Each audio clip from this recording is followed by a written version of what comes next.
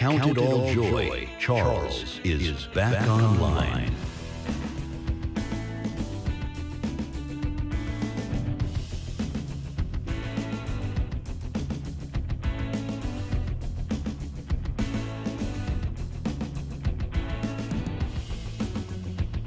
The Equally Yoked Show. Get yoked for free.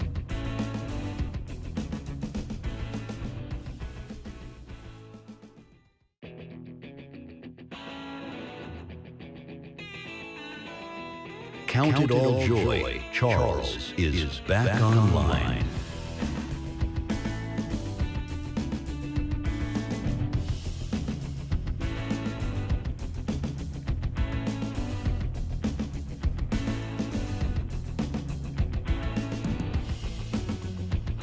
The Equally Yoked Show. Get yoked for free.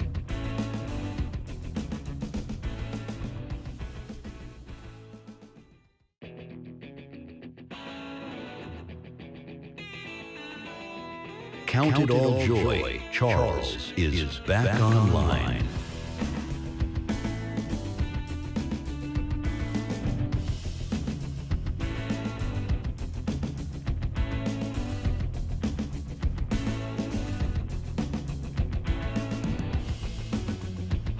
The Equally Yoked Show. Get yoked for free.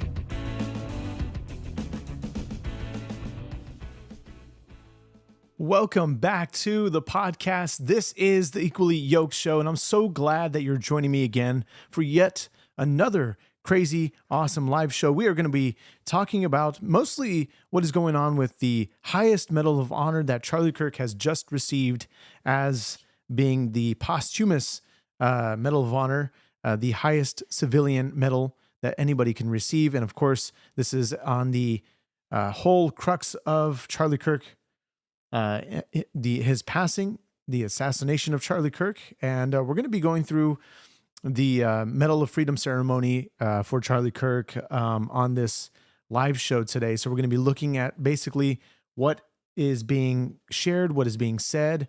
And if I'm not mistaken, I do believe that for those who are asking where Charlie Kirk's parents are, most certainly they're seen in I want to say this is actually his parents, but they would be in the crowd participating in this event. And the White House actually posted, again, if I'm not mistaken, posted this couple on their Instagram account. So let's see here. We might cover that. We might not. I don't know if it's necessarily even a big thing, but otherwise there's all these conspiracies about Charlie Kirk's parents not really being anywhere near the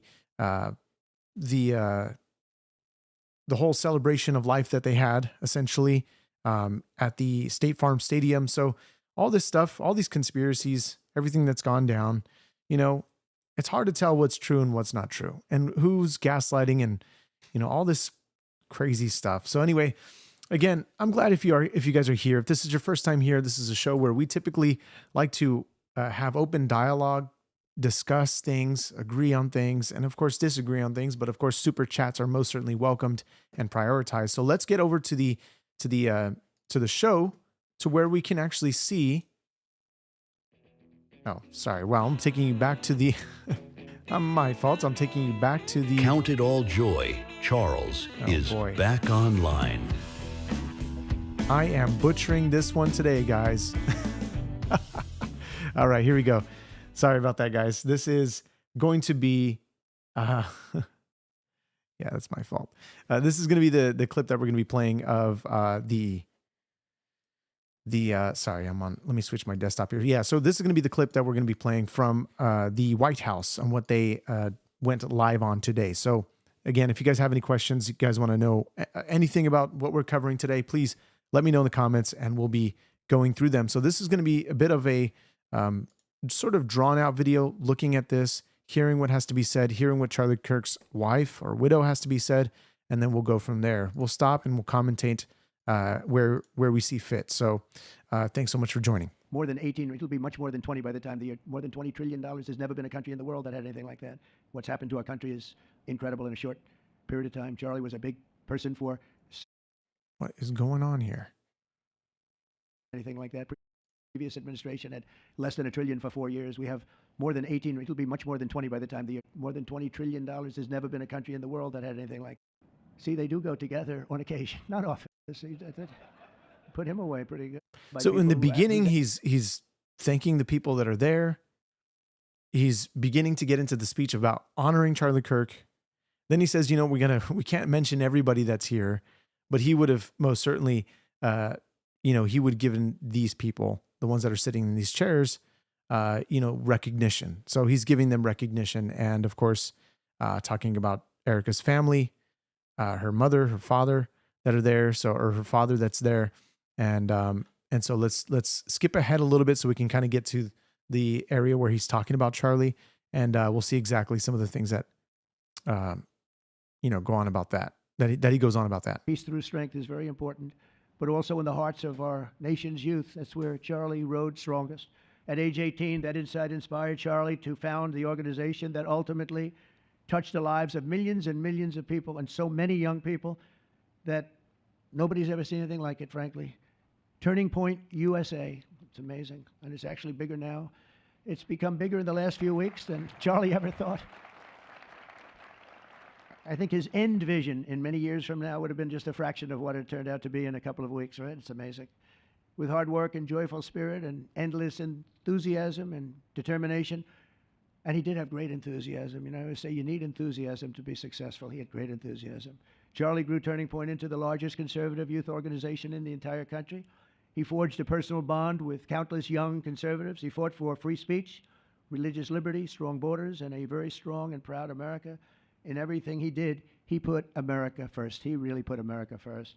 And ultimately, Charlie became more than a leader of an important organization. He became the leader of historic movements all over the country. There were movements, individual movements, one movement, but it was historic. Everything he did was historic, and a true evangelist for the cause of freedom and the word of Almighty God. God was very important to Charlie.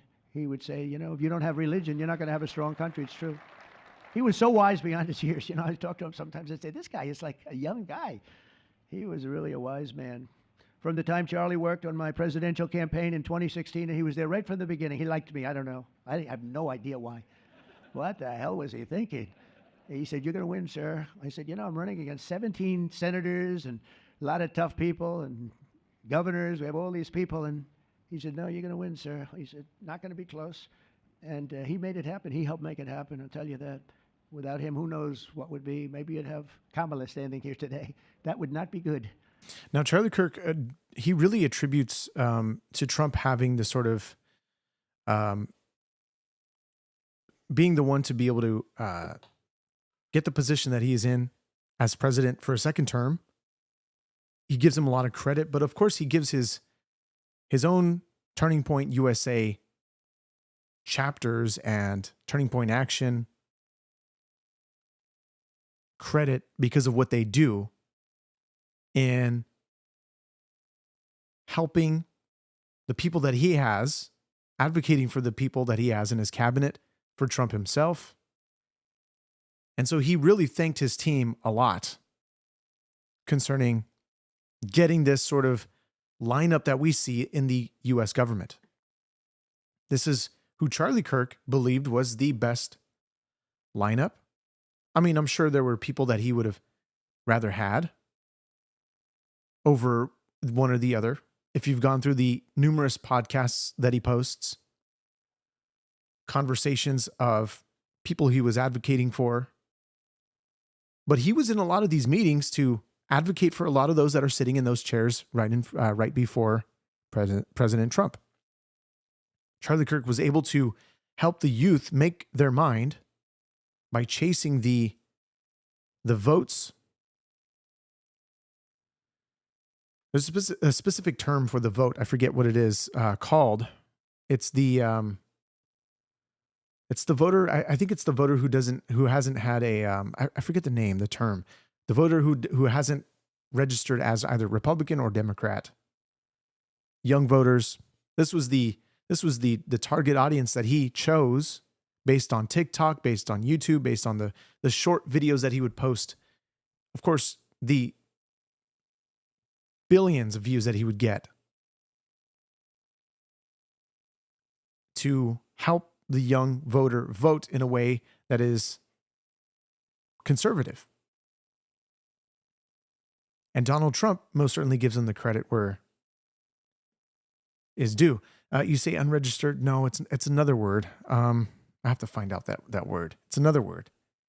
Of course, unregistered voters. They were chasing the unregistered voters, but there's another term. Unaffiliated. Oh man, I know you guys can. I know. We can do this as a team. We can do this as a team. Not unaffiliated. It's not that one. It's another one that they use. Specifically, the only one that I've heard. Maybe only have heard Turning Point use this term. We can do this, guys. Undeclared? No, man. All right. I got to look this up. I don't know. This is going to be a fun game. Whatever it is, please keep shooting your shot in the chat. It's another term. Man. All right. We're going to continue on here. I'm going to try to look it up. Sorry if you see me go silent while I'm trying to look this up. I will tell you, Javier, you don't know who Kamala is. Promise. It would not be good. You agree with that, Howard? Undecided. That's funny. He also mobilized countless citizens to go vote. It's called Go Vote. Very simple. And with his help in 2024, we won more young people than any Republican by far in the history of our country. And we won the popular vote. We won the swing states, all 7 of them. Remember, they said, oh, well, if Trump could win 4, that would be nice. I win 7 by a lot, by a landslide. But the popular vote was massive. And we won the Electoral College. Remember, they said, well, it's going to be very hard. I'd say 270. Well, we got 312 to 226. And then we won something called districts and councils and different things. But in one case, we won 2,750 to 500. All right. So I might have been wrong in describing what I'm trying to talk about, but the low propensity voters is what I'm talking about. Has anybody heard that term? I'm sure you guys have. You guys are a very smart audience. Let me know.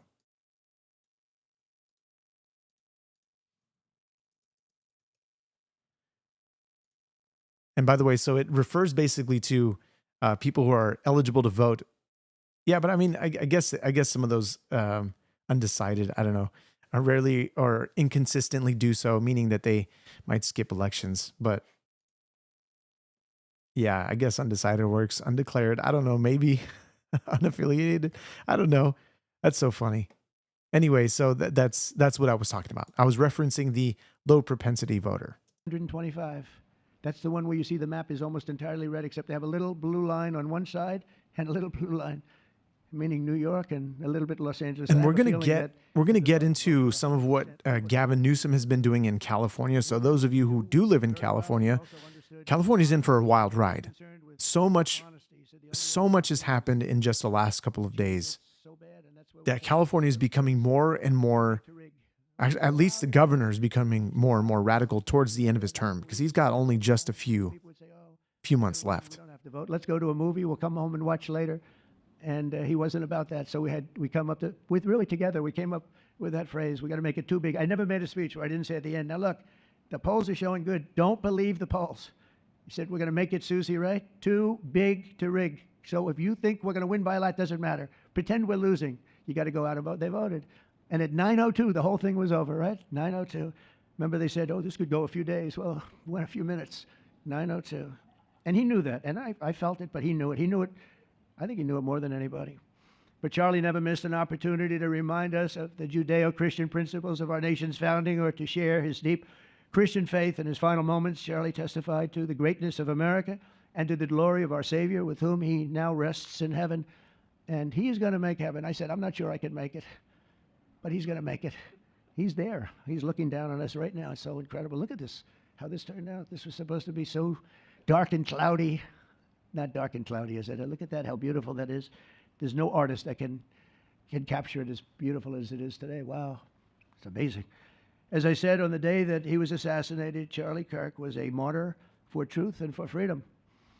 And from Socrates to think, and to St. Peter, from Abraham Lincoln to Martin Luther King, those who change history the most, and he really did, have always risked their lives for causes they were put on earth to defend. He was put on earth to do exactly what he was doing. He didn't want to waste time. He would have been a top student at any college in the country. I know the college as well. He's smarter than the guys there. He was so smart. But he almost, I guess, didn't have the time. He knew what he wanted to do. It wasn't like, gee, I want to sit in the classroom for 4 years listening to people teach me liberal principles, because they were never going to teach him that anyway. But he didn't have the time. He really didn't have the time. But every time the enemies of goodness and virtue tried to silence the voice of righteous and noble leaders like Charlie, they failed. They seem to fail. Ultimately, they look like they're doing well, and then they end up failing, because the truth has been unrelenting over the years, over history. And people like Charlie, it's just they've got a power that others don't have, and very few people will ever have. So today, like those martyrs before him, Charlie's voice, his message, and his legacy are stronger and greater than ever before. They are greater than ever before. Look, this is a horrible event, but it brought out the greatness of Charlie. Nothing could have ever supplanted this. It's incredible, the way people are talking about him. And with great love. I mean, I read so many stories about some of the enemies, but I watch the enemies, and it's hard for them to speak badly about him, because they just don't. And then you do have people in the days since Charlie's killing. We've seen exactly why our country so dearly needed his example. We've watched legions of far-left radicals resort to desperate acts of violence and terror because they know that their ideas and arguments are persuading no one. They know that they're failing. They have the devil's ideology, and they're failing, and they know it. They feel it, and they become violent. They seem to become very violent on the left. They've rammed vehicles into federal law enforcement, fired sniper rifles at ICE agents, and me, But I made a turn at a good time. I turned to the right.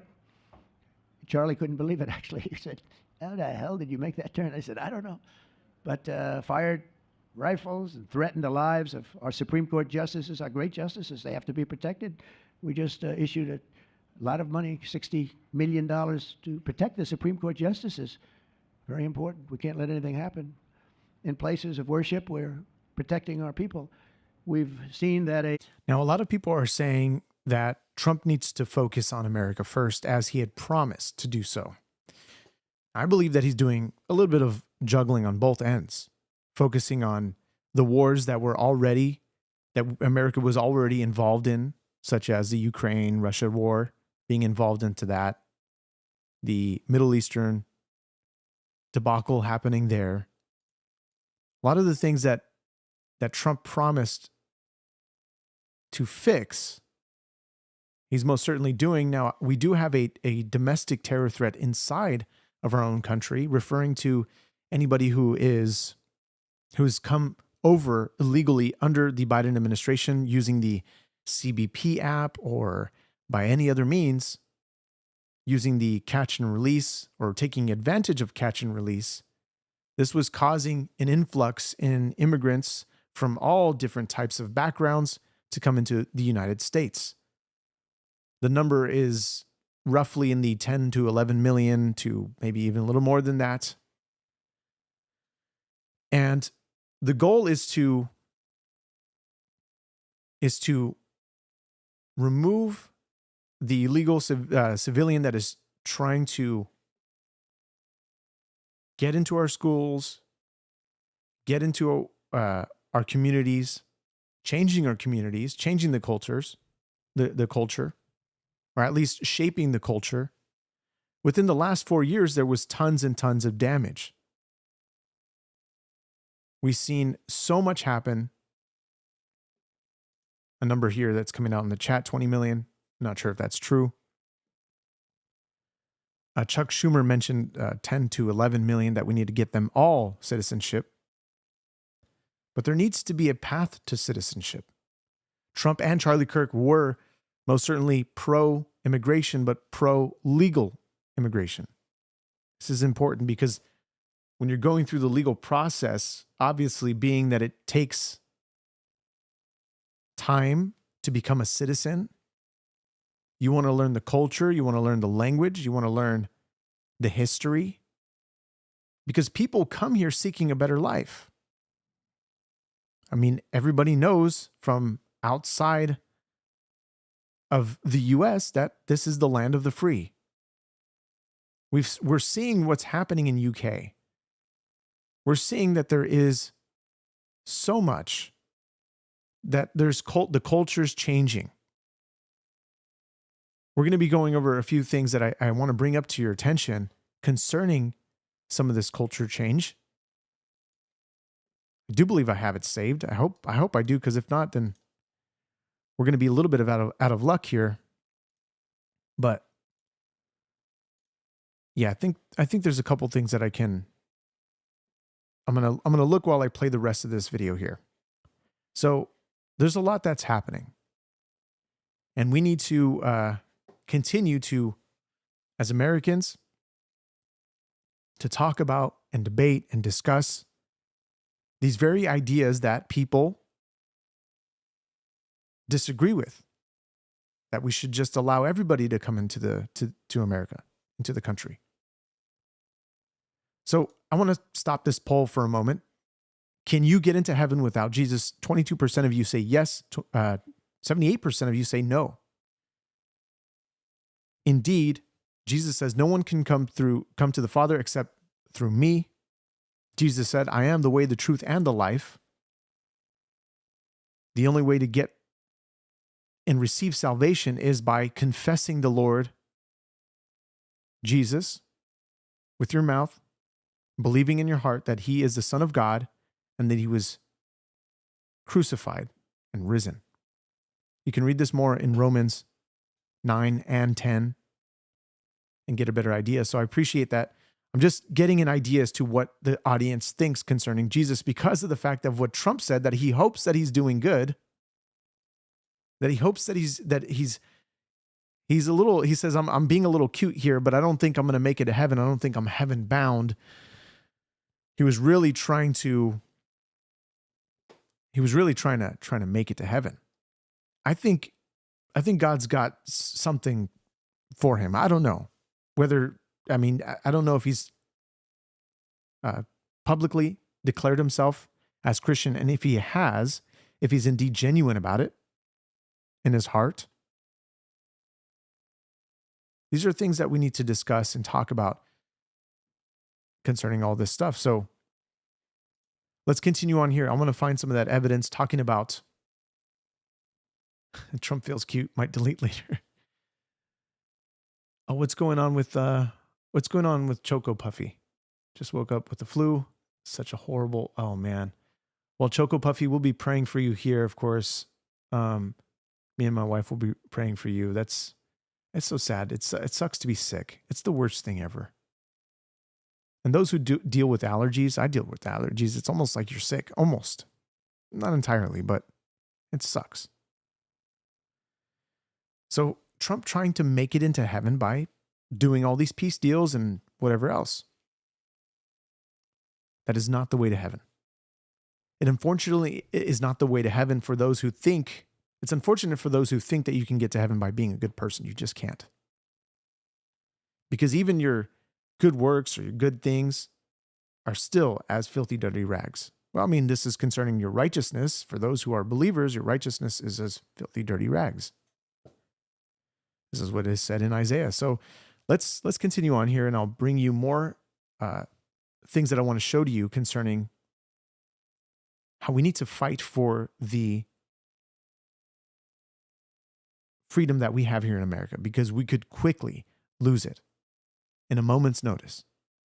I don't think under President Trump, but what happens in 2028, whether Trump does decide to run again, or whether Vance will be the one running for president, and who will be the opposition? AOC? Gavin Newsom? He's really trying hard, but he's failing on, I don't know, I don't think he's going to be able to make even the primaries. I don't know. This is going to be an interesting lineup of the leftists. I mean, Gavin's trying to come to the middle because he's too far left. The candidate for Attorney General in Virginia boasted that he would want to see the Republican legislature, a legislator in Virginia, shot in the head and to see his children murdered. He actually said this. And now he continues to run for office, and most people continue to back him, but he said he wants his man shot. He said shot in the head and to see his children murdered. And they keep running. Pretty amazing, right? That's a bad one. Let's see how that turns out, but that's a really bad one. Nobody's heard that one before. Especially in the wake of Charlie's assassination, our country must have absolutely no tolerance for this radical left violence, extremism, and terror. We're done with the angry mobs, and we're not going to let our cities be unsafe. We're going to make sure our cities are safe. When you have Chicago, where they had 4,000 people murdered over a very short period of time, 4,000 people, and then we have a governor stand up and say, oh, things are going swimmingly. No, they're not. We're going to make Chicago safe, just like we're going to make, look what we did in D.C. It's so nice that we started here, because this was one of the most violent places in the United States. It'd be dangerous to be right out here. But you couldn't go to a restaurant. The restaurants were all dying. The whole place was dying. You'd have these gorgeous, look at the Washington Monument over there. You'd have these gorgeous buildings and monuments and structures.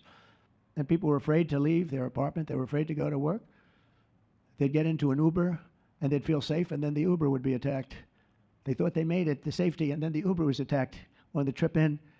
But we've done a great job, and now it's considered a totally safe city. We haven't had problems. It took us 12 days to make it great. We took out, Pam, 1,700 hard criminals, career criminals in many cases, but these are hardened criminals. Many of them came in through the Biden open borders. We brought them back to the countries. And a couple were so violent that we put them in jail. We don't want to take a chance that they could get back in, because no matter how good we do, somebody can sneak in. They were so violent and so bad. One arrested 28 times. Every time he left prison, he'd get into a violent incident. 28 times. And we put him away for a long time. But we're done with the angry mobs. We're done with it. This is such an unbelievable place right now. You take a look where you can walk down the middle of the street with your wife or your husband. Your children can walk. They can walk alone. It doesn't matter. They can walk anywhere in Washington, and they're safe now. If this were a year ago, they'd have a serious chance of being badly hurt, even killed. They'd come in from Indiana. They'd come in from Iowa. They'd come from Florida to see their nation's capital, and somebody would have to call the parents, I'm sorry, but your son or your daughter's been killed. Not anymore. You hear those sirens going off? That's good. That's a good sound. That means they either got the bad guy or they're going to stop the bad guy. You didn't hear that sound because nobody wanted to do anything.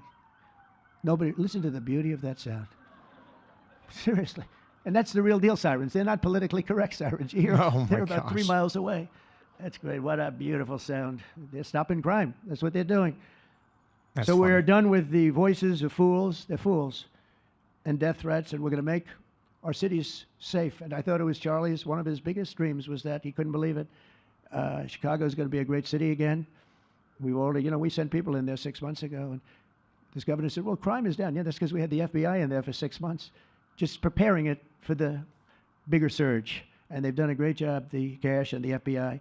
Now, to take a break from, just for a moment, to show you the things that I wanted to show you concerning what is happening in the UK, what's even happening with Christians, and the persecution that we're seeing. This is wild stuff. We have to be careful to not believe the lies that we're seeing online, because not everything online is true. So while I bring this up, I want to thank you guys first and foremost for being here, for being awesome, for hanging with me through thick and thin. You guys have been awesome. I know we disagree a lot, but otherwise, it's good to disagree. It's good to discuss these things. So this is something that's interesting. First, before I get into anything, this is El Salvador's president, Nayib Bukele, has stated that Keir Starmer's digital ID is the mark of the beast. I think it's a form of mark of the beast. I don't think it is the actual mark of the beast, because this would be including the entire world that wouldn't be able to buy or sell or anything without the mark of the beast. So he quotes Revelation here in Revelation 13. I want to say Revelation 13, later towards the end of the chapter. It says, and he causes all, both small and great, rich and poor, free and bond, to receive a mark in their right hand and on their foreheads. And that no man might buy or sell save he that has the mark, or had the mark, or the name of the beast, or the number of his name. And most certainly the clip of the UK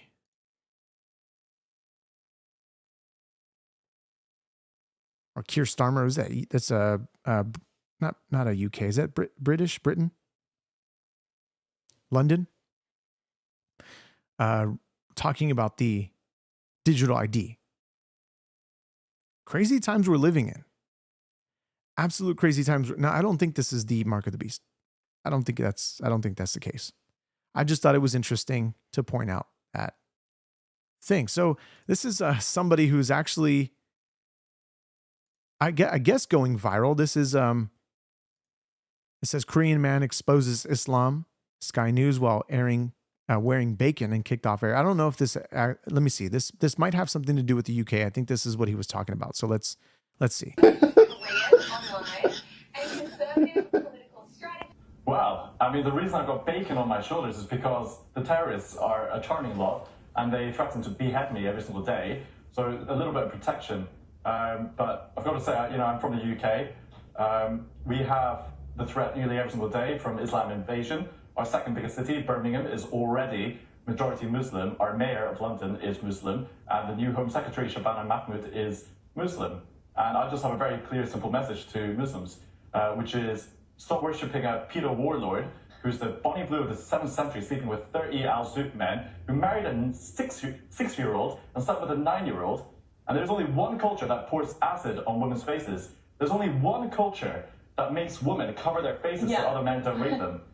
Yeah, well, and I think we do have to apologise for what was just aired, those comments earlier, but we're going to continue now. Yeah, so here's Joe Rogan talking about textbook How to Destroy UK. So let's play this clip here. Well, England's just submitted to it. They just submitted to digital ID. Oh, yeah. Yeah, these motherfuckers are pushing digital ID on Sorry these for the people. language, guys. And once they do digital ID, they're going to attach it to a social credit score. Yep. They're going to attach it to a carbon footprint score. And then they'll be able to control your movement and control you entirely. And most importantly, they've already arrested 12,000 people for social media posts. That's insane. Above and beyond every other country. Yeah, so we played a clip not that long ago of a mom who was actually having her daughter's phone confiscated because of the fact that she saw a post. She literally saw a post. Her daughter. Not reposted it, not liked it, or anything like that. She saw a post. That was the allegation that is being made in the video. You say, why the focus on UK? We got this going on in America. Of course we have this going on in America. We have this go. By the way, didn't you tell me that this is not happening in America? Did you change your mind? I'm really curious. YouTube, did you change your mind? So propaganda everywhere. This is not propaganda. This is what's actually happening. So when I'm showing you what's actually happening, how's that propaganda? I don't know. I'm just pointing out what some of the top people say, like some of the celebrities. I mean, Joe Rogan, I don't know. What can we sort of take his word for? He's a popular guy, sure. He's a big podcaster, sure. But I don't think he holds back on his comments. How did I change my mind? You said that this wasn't happening in Texas or anywhere in the US. So, but talking more specifically about the digital ID and the way that they can track you, but also talking about the people who are being censored online. Now, I'm going to show you a video in a moment of somebody who was preaching on the streets. I'm not sure exactly where. We'll see in his comments. So he had a video the first time where he had gotten I forget what it's called, basically a warning. And the second time the police go to him and they say essentially, you got a warning the first time. This time we're going to take action. Something like that. We're going to go to that clip in a moment. Way above Russia. Russia was like 400 last year. The UK is 12,000. Any criticism of immigration, any criticism of grooming gangs and people being raped, any talk about how horrible this is, they come visit you. It's like someone's trying to destroy England. It's literally like they've got a concerted effort to destroy England, and they're getting away with it. Yeah, and what happens over there? It's really crazy. It's really crazy to watch because the mass immigration's not an accident. If I was going to destroy a country, I would do it exactly the way they're doing it. I'd take away their freedom, take away their ability to protest, take away their guns, which they did in the 90s, and then you start tightening that noose. Tighter and tighter, add more restrictions, more this, more that. I mean, we're getting closer. And just the arresting people. So in that region, we talk about, let's see here. I don't think okay, so maybe he has it on his page.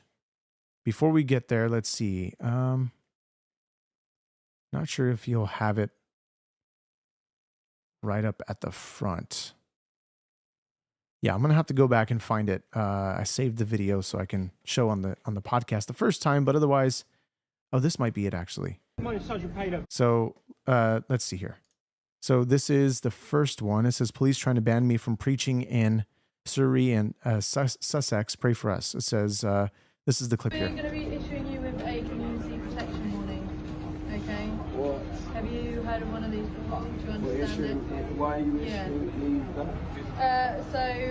I can go through it if you want, or you can read it. How would you like it? Well, you're the one presenting it. Yeah, So I'd like that's to tell absolutely you. fine. So, choice of words that causes fear and harm to the community. Choice of words. I'm preaching out of the Bible. At the end of the day, is it illegal to speak out of the Bible? It's not. It doesn't specify preaching what you want. It's saying that it's just causing an upset to businesses. You said by the words that I'm speaking directly out. So he's getting a CPW, and it's causing people to be upset by what he's preaching, and so they're issuing this warning to him. So now this is the other video. It says, I thought this was a Christian country. Then he goes on to quote. So let's. Right. Yeah, right. My understanding is that the other day you were given a community protection warning. So he says, do you understand the other day you were given a community protection warning? Okay, so that's the video that we just saw. It's a longer clip. You can see his channel. It's Ollie knowing him, and this is the sort of, I don't know, part 2, I guess. This is in Guildford. Okay, warn you about this behaviour. What behaviour? What have I done that's wrong? And behaviour that is What? causing harassment, alarm and distress. What, preaching the word of God? This is a crowd and they're not distressed. Because you have breached that community protection warning, Yeah. okay, I'm issuing you a community protection notice. Wow. Right? Okay. You need to listen to me. I'm All right? listening If to you you. breach this, okay, you can be arrested and you will be arrested if you don't do as follows: causing annoyance, upset and distress to the local community and businesses of Guildford Town Centre, an example of which is the content that you are choosing to preach and the amplified volume of your voice comes across as shouting. This is upsetting to people to the extent that they call the police and it is amplified volume of your voice and the choice of words that causes fear and harm to the community of both areas in Surrey and Sussex.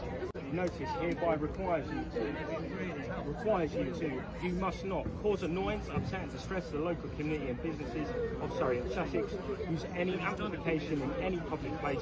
So now this is a notice. So he's getting close to, I mean, possibly going to jail. This is the other video that I want to show you guys of what I was just mentioning regarding the mom and the phone. So what is happening here in the region, in that region, could most certainly happen here. So let's hear this really quick. Sorry, I don't like the camera. You can have my body cam. I can exhibit that to you. I just don't like the camera, really. Okay, well, I'm doing this because this is my own house and I am telling you why I'm doing it. So I just need to know why would she's basically viewed a post which is not an arrestable offence. Yeah. That's good. Okay. It happened in May and you're completely fine. The only thing is we need to seize the phone at this current moment. Yeah. The phone needs to get seized from us, otherwise we will escalate this further. But with a voluntary You're right. I'm going to correct my statement. It already is happening in the U.S. In specific states, it's already happening, beginning to happen, and it's only going to get worse for those who want to keep electing those who completely are really against free speech, just in general. Mind you, the hate towards the Bible, the hate towards scriptures, they really are against free speech in general. So if it's not of their talking points, it's not of, being inclusive and all this nonsense. And I'm talking about the woke DEI inclusive conversations. Anyway. Have you seized anyone else? Is she the only child you're picking on? Somalia, yes. In Minnesota. Anyone else? No, we'll come to the station now. Do you mind letting her finish her sentence before? Yeah. It does have to get further escalation, unfortunately. That's fine. So it goes on, right? They eventually go in, they confiscate the phone. And here it says, wow, British police are literally going after little girls for viewing social media posts. Free speech in the UK is dead. Orwell was right. So we're seeing all this happen. We're seeing this begin to happen, even just going further down a trajectory of just bad policies that the people of UK, Britain, England, they have to endure. They're not going to be able to defend themselves at any point. They're going to be completely silenced 100%. So I wanted to show you those things. We're going to get back to the Trump video in a moment. But otherwise, Dearborn, Michigan called Islamic prayer at 5 a.m. and 5 times a day. Yes. Yes, you're right. Most certainly. We're seeing the call to prayers in Michigan, not in Minnesota. There's the city of Culver City, in Los Angeles. It's beginning to happen in New York. GLP, welcome back. It's been a while. I haven't seen you in the chat, man. Maybe you've been, but I haven't seen you in the chat. Glad you're here. What's your thoughts on Bitcoin? My thoughts on Bitcoin, it's an interesting conversation when we talk about digital currency. I'm gonna give you my sort of take on it's good because, the government, there's no sort of monitoring by the government in the sense that there can be a lot of shady stuff happen, with Bitcoin. However, if I can add a sort of biblical point here, whether you care for this or not, when you're talking about the mark of the beast, we're coming into a cashless society. So a cashless society is going to basically be able to track you everywhere you go. So it could have its benefits, but it could also have its serious cons. So those are my thoughts, my immediate thoughts. I'd like to know your guys' thoughts when it comes to Bitcoin. Bitcoin recently dipped, but it's back up. And it's only getting more and more, I don't know what the word I can use here, popular. Cryptocurrency. The US wants to shift, or at least make they already made a significant investment into Bitcoin, I want to say. Your phone, yes, most certainly tracks you everywhere you go, even when your phone's off. You can't remove batteries anymore. You have to have some type of satellite phone.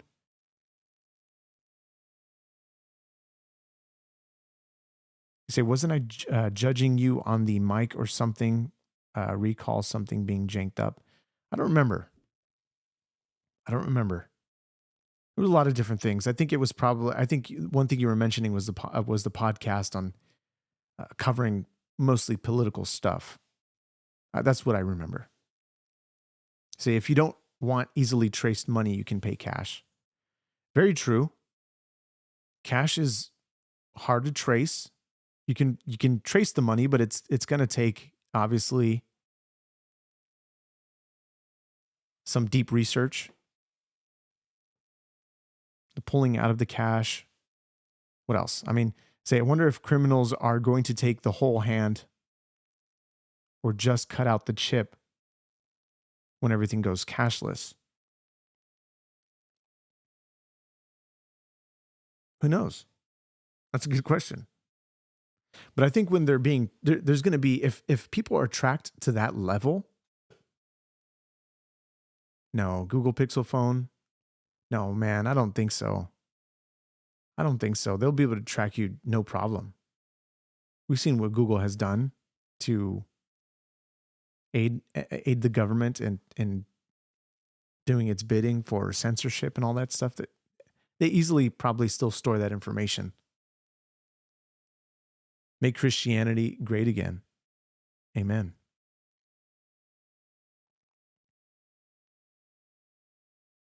It's not only that you can't feed the poor, it's just that you can't satisfy the rich. Yeah, everybody, you said Graphene OS? Well, I don't know. I have not looked into that, so I'm ignorant in that statement. Google couldn't win in Afghanistan. I'm not sure what that is in reference to, but let's get back to this clip here. And we'll continue this conversation concerning today being the fact that it's Charlie Kirk's birthday. And they love doing it. You know, they love being able to do it. They were restricted from doing it. And this is actually Charlie Kirk. This is the Medal of Freedom ceremony for Charlie Kirk. And if I'm not mistaken, I do believe that Charlie's parents were here at this ceremony. The White House posted several photos of the event. So, quite interesting. But otherwise, this is the highest civilian medal.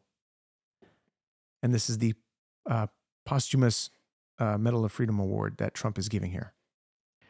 And now they're totally unrestricted. All they have to do is stop crime, and they're doing it. By the way, Memphis, as you know, you heard they went in about a week ago. One of the most dangerous places in the country, really in the world. It's not just the country. They have very few cities that would compare to some of these cities. You go to Afghanistan, you say, oh, that's unsafe. Well, the crime numbers are much better than the crime numbers in places that we have. So Memphis, I understand, is doing unbelievably in 1 week. It's like a different place. And this took 12 days, and then after that, we just perfected it. But after 12 days, we had good safety here. After 1 month, it's like, it's really amazing. And by the way, restaurants are booming. Restaurants are opening up. The big problem we have, you can't get into a restaurant in D.C. anymore. So they're opening up. It's a beautiful thing to see. It's called safety. It's called law enforcement and letting them do their job. And that's why I said last month that I have directed the Attorney General and the Department of Homeland Security to confront the very real threat of left-wing terrorism in our country. It's a real threat. Not when you confront it, it's not, because they're not brave people. In fact, they're cowards. When you confront them, they immediately fold. You have to see them fold. You have to see them crying. They fold. But it includes dismantling the networks that fund them and finance them, and we're finding out who those networks are. We already know quite a few of them. When you see these violent incidents, and then you see people holding this gorgeous sign with beautiful wood, beautiful cardboard, wood, everything's perfect paint job, and they're all the same. There are thousands of them. You know that they weren't made in the basement out of love. They were made by anarchists, and in some cases wealthy. I'll probably find some of my nice friends that are up there being so nice to me, especially lately. They're being very nice. But it surprises you who they may be, and you almost wonder why would they do it? But they're hurting our country, and we're really taking it back one by one. If we didn't go into Los Angeles early on in the administration, the commissioner, the chief of police, Los Angeles, said if they didn't go in, we would have lost our city. Now, they already lost 25,000 houses to fire because they wouldn't let the water come in from the Pacific Northwest, which they should have done. I said, you better do it. They didn't do it, and we had 25,000 homes where they had no water in the sprinklers, they had no water in the fire hydrants. It would have been a different kind of a thing if they did what they were supposed to do. We had to break in. We broke in and had the water come down. They said for the environment, great, they lost 25,000 houses. It's incredible. But the commissioner said without the federal government and President Trump's intervention, we would have lost the entire city. And we have the Olympics going there soon. I got the Olympics. We have the Olympics. We have the World Cup. And we have, most importantly, we have the 250th anniversary of our country. That's going to be most important. And all of these things are happening. And we're going to have safe cities. We're going to have very, very safe cities. So 1 month after Charlie's death, we still feel the terrible shock and the pain of his loss, like just about nobody I can think of. Charlie Kirk was one of a kind. He was unstoppable. And he really was. Boy, when he had an idea in his head, he would call me, sir, please, you haven't done it yet. I said, Charlie, relax. Just relax. He didn't relax. He'd call me the next day again. It got it done. But he was like indomitable and always will be. He's really irreplaceable. Nobody can replace him. Now, concerning the Olympics, Charlie Kirk had a take concerning what was happening and what would be happening soon. So what would be happening concerning the Olympics? Is LA worthy of the Olympics? So let's take a look at what he actually says here, because I wanted to bring that up since Trump mentioned it. Let's see what he says. The Olympics could go down as one of the great tragedies in world history. I mean, if we host there's not going to be running water. We are not ready. That is a great flag. We should honestly say that the Olympics should go to Dallas or should go to Miami. I'm not kidding. President Trump should pose the question, are we really ready to host the Olympics in 3.5 years? Are we ready to host the Olympics in 3 summers from now? No way. What if there's a fire during the Olympics? We're hearing reports that Chilean gangs are setting fires, and we're supposed to set the Olympics. It will be an international disgrace with this current leadership. With Karen Bass and Gavin Newsom and the local city council, liberals are completely incapable of governing cities. I think that we should cancel the Olympics in LA, or at least put it in a question for the next 90 days. They have to prove to us they can do it, and you go to another city. You keep it in America, you go to Miami, you go to Dallas, you go to some other well-run city. You could just have the Texas Olympics. I guarantee, by the way, the Texas Olympics would be a great idea. You could have Houston, Austin, Dallas. They have enough infrastructure. You don't have to build all these new stadiums. Between Houston, Austin, and Dallas, you've opening ceremony in Jerry Stadium. You got San Antonio. You got all the riverways. You got lakes abundant. You go to Lake Austin. Be gorgeous. By the way, somebody, Sassy, you say Erika wore a microphone and hired a cameraman. So she didn't hire a cameraman. Most certainly this would have been a TPUSA employee, a part of the media group, who will be covering everything after, of course, this is obviously dealing with her husband here, her late husband. And so they would most certainly document this, because Turning Point USA, they've documented quite a bit of their presence online. And this is most certainly something that they would have, of course, wanted to document, because this is honoring Charlie Kirk. Now, whether this is, I mean, of course, this is going to be posted public. They'll probably make some kind of montage of what went down and the things that were said and clips that were captured. So, of course, she was going to have a mic. Of course, she was going to have this camera stuff set up. It's not like, I don't know, in a weird way or in a conspiratorial way where she maybe had gotten her husband killed. That's one of the rumors that I've been seeing online. She is a very public person. And now the Turning Point USA CEO, now to have to fill those shoes that Charlie Kirk filled are going to be quite big shoes to fill. I mean, almost literally, Charlie Kirk was really tall. I met him in person, and even he's got big hands. I'll say that much. You have the Texas Olympics. You cancel the LA. I'm sorry. This is going to be an international disaster. That would be so bad for our diplomacy of athletes that can't get out of hotel rooms, people getting mugged. But we can't put up with this. If you can't film. You say it's disrespectful. That's why you don't see his parents on the circus. His parents were actually there. You can actually see, if I'm not mistaken, I've seen, show them? No, yeah. Their parents were there. So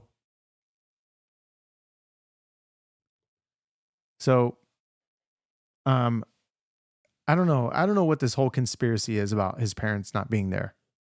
Even at the memorial that they had, the very public memorial that they had, they would have been somewhere, obviously being hidden somewhere in protection. This was if they're willing to do that to their son, they're doing an investigation, of course. They're doing an investigation into all of this stuff. There's this account. I think it was a what account was it? It had basically bullet engravings on the Instagram account. When this happened, a little bit after this happened, that account went down. They removed it. Interesting. A fire hydrant, you aren't qualified to host the Olympics. Is it time to move the Olympics to Texas? Be right back. All right, so let's go back. Do great, but you can't replace that kind of person and that kind of talent, frankly. The word talent is an important word, but that kind of talent. So we hold his memory in our hearts forever. Every single day of this administration, we will continue to carry out the mission for which he lived, and he really did. He lived for this country. He lived for his wife and his family, but he lived for this country too. In Charlie's honor, we will continue like we have been to fight, and to win. We're going to win so much. So the Presidential Medal of Freedom is a big deal. You have the Congressional Medal of Honor, military, and the Presidential Medal of Freedom, which is civilian. And the Presidential Medal of Freedom is a really big deal. Very few people get it. Very few people, frankly, qualify. It's a decision of the president, but it's a qualification that's a very hard one to get. And I would like to ask, if I might, the military aide to read Charles James Kirk's citation for the Presidential Medal of freedom. Thank you very much. Thank you.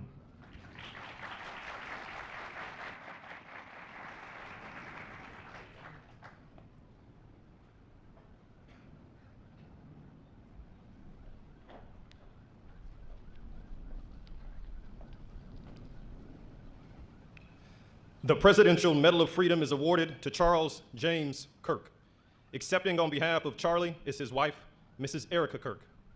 Charlie Kirk was one of the most influential American political figures of his generation. At just 18 years old, he founded Turning Point USA and grew it into the largest conservative youth organization in the nation. For over a decade, he tirelessly traveled the country leading a movement to restore respect for our founding principles, reawaken our national identity, and inspire a renewed spirit of religious devotion. He was one of the great debaters and communicators of his time. Despite receiving repeated threats, he remained undeterred and modeled courage, logic, humor, and grace to the next generation. On September 10th, 2025, at age 31, Charlie Kirk was assassinated while addressing a group of students. The United States honors him as a martyr for truth and freedom.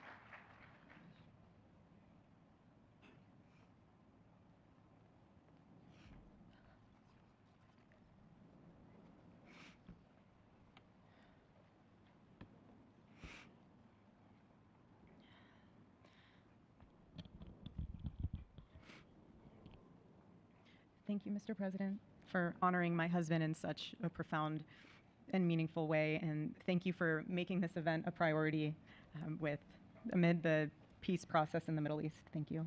Very grateful. Charlie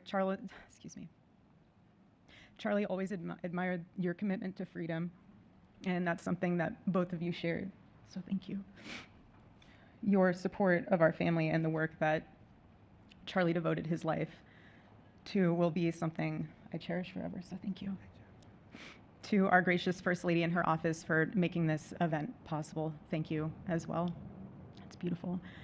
To Vice President and the lovely Usha fans, your friendship has been an unbelievable encouragement, thank you.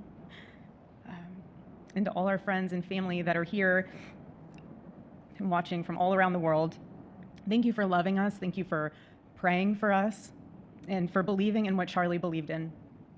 And to our Turning Point USA staff and the Charlie Kirk Show staff, we love you more than you could ever know.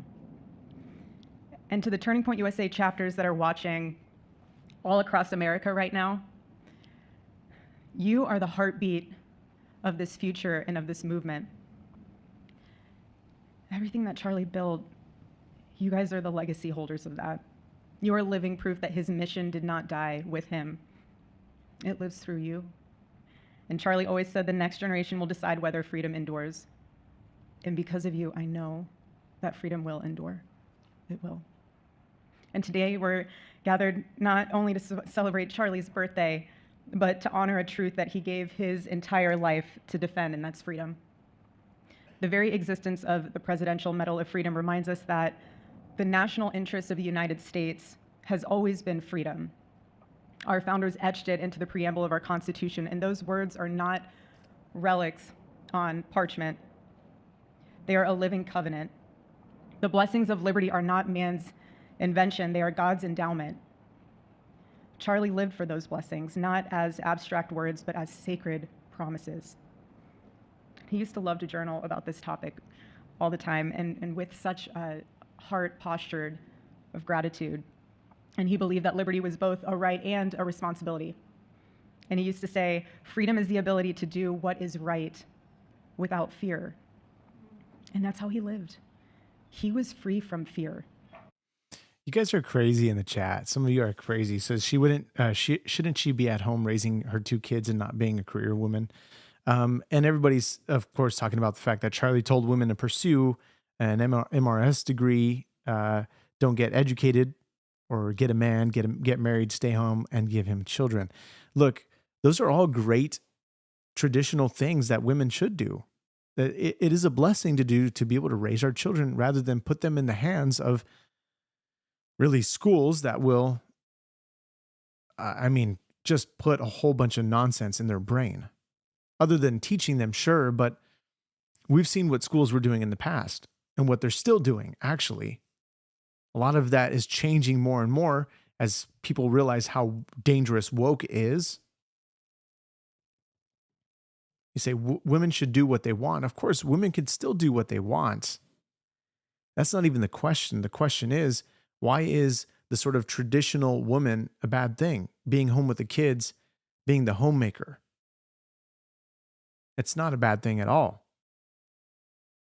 You're right, Charlie hated no one. Because if he was living according to the scriptures, he would have loved his enemy as well. Prayed for his enemy. And so, why isn't she following Kirk's belief? She is. She's following it pretty well, I'd say. Forgiving her husband's assassin. That is wild. You wouldn't see that. That doesn't happen, often. That is a very Christian thing to do.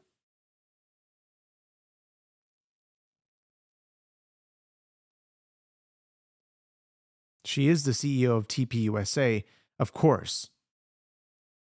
You have to remember that these were conversations that they would have had for years. For the years that they've been married, Charlie was very prepared. She talked about that this is something that Glenn Beck said of what Erika told him, that Charlie had journals and journals written. And so she went through them, and he actually set things up for her for the next, I think, till 2028, if I'm not mistaken. But the finances, everything, set it up for her. It's all there. And she was surprised at that. Surprised not in a bad way, but surprised that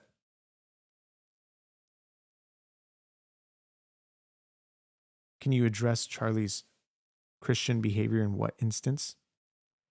I'll talk about that in a moment, but Erika Kirk, this would have been a conversation that they would have had on numerous occasions because of the fact that she, knowing that her husband could be at danger at any moment doing these college campuses because of his stance on traditional American values. Now, people call them hate.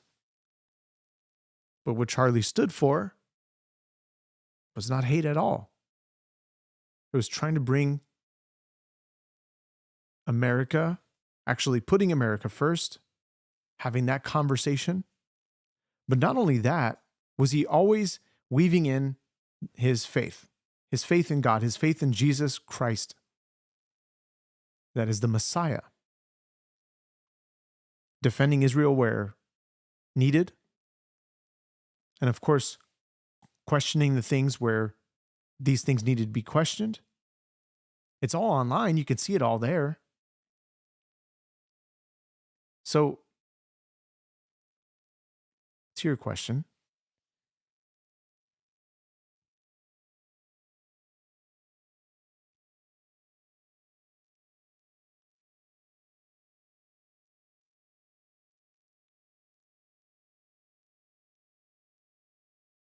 and for those who are saying that she should be at home, they don't know anything because even when Charlie was alive, she was working. That's true.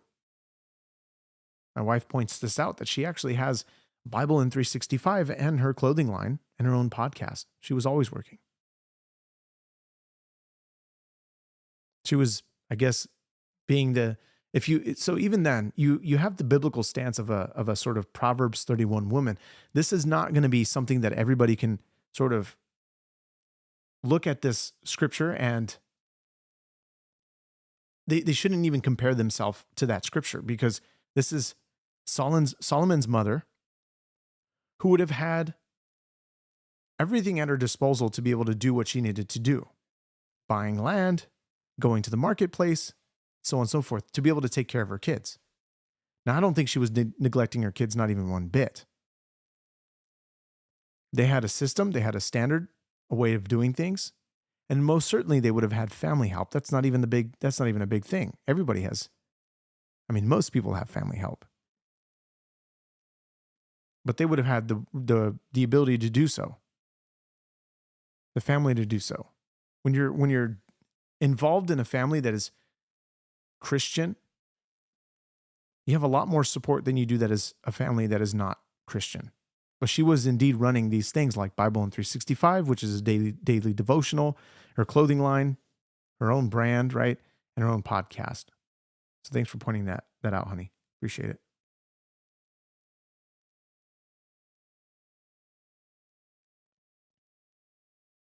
Christian demands you ignore the drama of this world, that Charlie should never have married, since he came to God before he was married. No, Christian demands. No, we're not to ignore the drama of this world. Jeremiah talks about the fact that we are to, let's see if I can bring up the scripture. Maybe I have it right here. Seek the welfare of our nation. Even in the New Testament, talking about, so Jeremiah 29:7, seek the welfare of the city where I have sent you into exile, and pray to the Lord on its behalf, for it is the welfare, for in its welfare you will find your welfare. 1 Timothy 2:1, it says, first of all, then I urge that supplications, prayers, intercessions, and thanksgiving be made for all people, for kings and all who are in high positions, that they may lead a peaceable and quiet life, godly and dignified in every way. This is good, and it is pleasing in the sight of God our Savior, who desires all people to be saved and to come to the knowledge of the truth.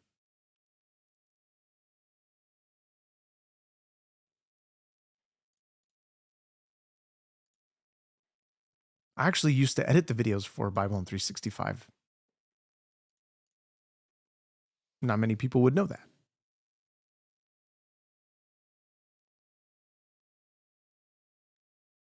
For almost about a little over a year. This was an ongoing thing. Now, I wasn't in direct communication with Charlie's wife. My pastor who does my previous pastor who does the daily devotionals for Bible in 365 actually attended the ceremony, but he would be in contact with Charlie and Erika concerning that podcast that they would have.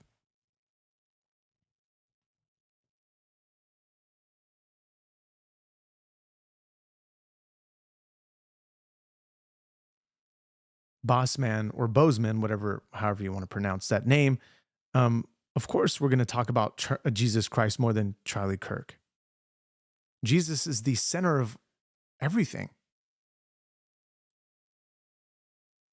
Jesus is the Savior of Charlie Kirk.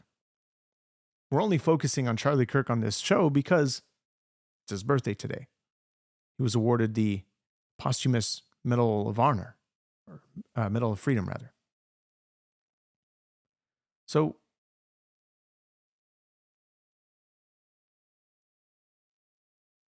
some say Charlie promoted hate that hurt and will continue to hurt many, fueling the hate of certain groups because it didn't fit their narrative. He and y'all need to learn people alone. I think you meant leave people alone. End of story.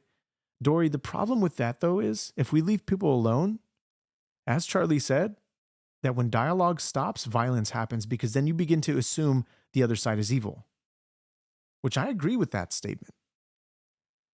I often am dialoguing with those in the chat. Generally, most of the broadcasts that we do here to get an idea as to where you guys are on everything that we're living through, because we're all living through this. Whether you're in America, whether you're in UK, whether you're in Canada, those are the major other people that watch this channel. The majority is the US, of course. Second is the UK, and Canada is the third.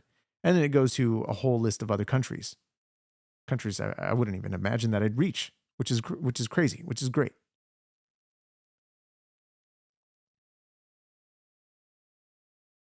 But all the conspiracy concerning Israel, concerning that he was going to walk away from the pro-Israeli cause,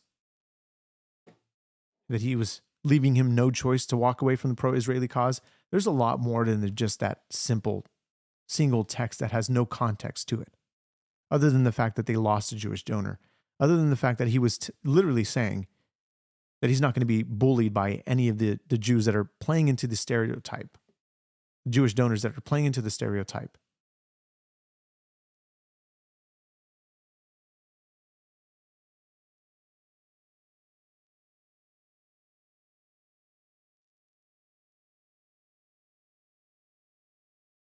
Say Charlie didn't have a dialogue with the groups he demonized.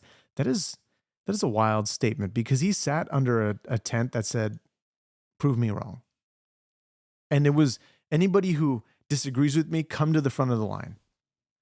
So that in itself is a wrong statement. You can watch the hundreds, if not thousands, of videos of him literally discussing all these things with people who disagreed with him. He rarely liked to talk to people who, I wouldn't say he didn't like to talk to people, but he rarely wanted to have any of those people that agreed with him at the front. He would rather the people that disagreed with him up at the front. People called him names. People spat at him, threw drinks at him. I mean, gave him death threats. He was free from compromise, free from anything that could enslave his soul. His name, Charles, literally means free man. And that's exactly who my husband was. He was a free man. And from the time I met him, sitting across from him, being interviewed on politics and philosophy and theology, anything that Charlie loved, any topic he loved, and I just saw the fire in his soul, and there was this divine restlessness within him that came from knowing God placed him on this earth to protect something very, very sacred. Now, mind you, this is Max Tack here saying, meanwhile, his wife is chasing a career and doing it even more now that he's gone. The problem with that statement is Charlie Kirk left behind a company that was a well-oiled machine, that it was going to be able to run on its own. This is why he established it and set it up the way that it is, so that, I mean, he could not possibly produce all of those types of videos by himself. They post content quite a lot. And their coverage is, I mean, almost literally everything from every single event that they do. Their coverage is pretty extensive. Even the very day that he died, that they would have the highest quality possible footage available that nobody has ever seen. But that's probably not going to be surfaced at all, because one, it's graphic. Will all that be played out in the public, I think would be public hearings? Maybe.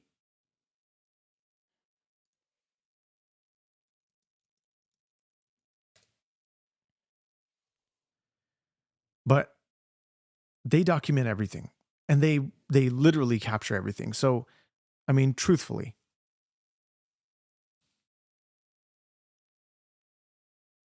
I don't even think Erika has to even step in for much time at the office if she has to. I mean, the team knows that she has to run a company.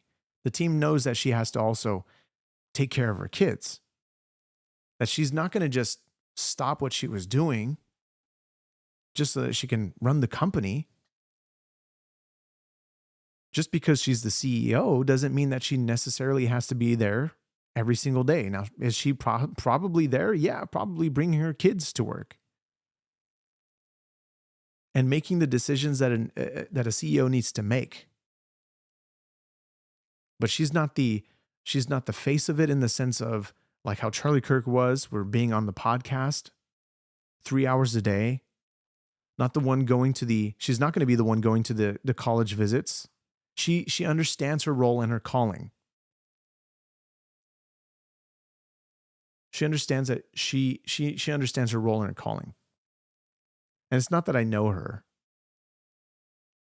First of all, it's the fact that she talks about this on many of the podcasts that she has had with Charlie, or even the events that she would talk about this stuff concerning marriage. For the man and the woman, they're to know their role in marriage. And I'm not saying we all do it perfectly. Absolutely not. But when you know your role, you realize that things are a lot easier filling the role that you are called to. Whether that's a husband or whether that's a wife, a mother or a father. For all of us, and he never stopped fighting for people to experience freedom. He didn't. Charlie often said that without God, freedom becomes chaos. And he believed liberty could only survive when anchored to truth. And I remember in one of his speeches, he told the audience that the opposite of liberty isn't law. He said it's captivity. And that the freest people in the world are those whose hearts belong to Christ. But what's so powerful is that Charlie had the ability to communicate so brilliantly across all generations. And he reminded us that in a world that tells us freedom is doing whatever you want to do, the real freedom is the power to live freely and to do what is right. And in one of his journal entries, he wrote that he wanted everyone to know that you can't have liberty without moral responsibility. Freedom divorced from faith eventually just destroys itself. And what's so fascinating about all of this is looking back these past 12 years of Turning Point USA and his mission, there's almost this veil of sacredness.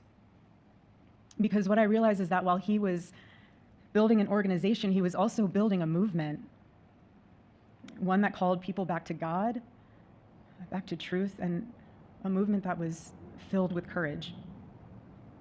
And ironically, for a man who impacted millions, Charlie never desired to be the center of attention. He just wasn't. My husband was not a man of extravagance.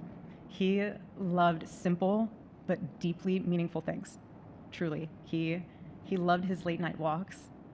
He loved buying more books than he could ever read because he felt there was no such thing as a book budget. And he loved being able to read to our kids the same bedtime story on repeat because he knew it was their favorite. But to him, that was special. And he loved to sit in the sun on a Saturday morning with his cup of decaf coffee, and his phone was off because he was honoring the Sabbath. And for him, it was that moment to catch his breath and just be in peace because he was unreachable at the moment. And he preferred quiet birthdays. But that never stopped me from telling him. I told him every single year, I said, baby, I love your birthday. I said, because it's the day that God knew the world couldn't go another day without you.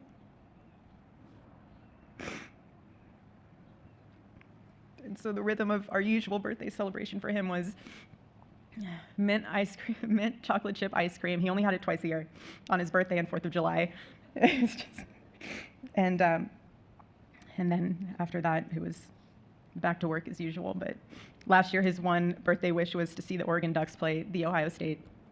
And they won. Oregon won that night. And it was by far one of the most memorable nights of his birthday experience of his life until today. And so, honestly, President Trump, I have spent 7.5 years trying to find the perfect birthday gift for Charlie.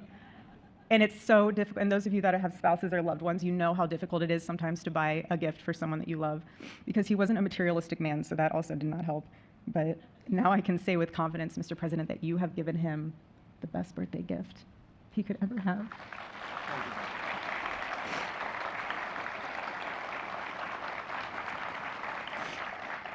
It's such an honor and the recognition of a life lived for defending freedom.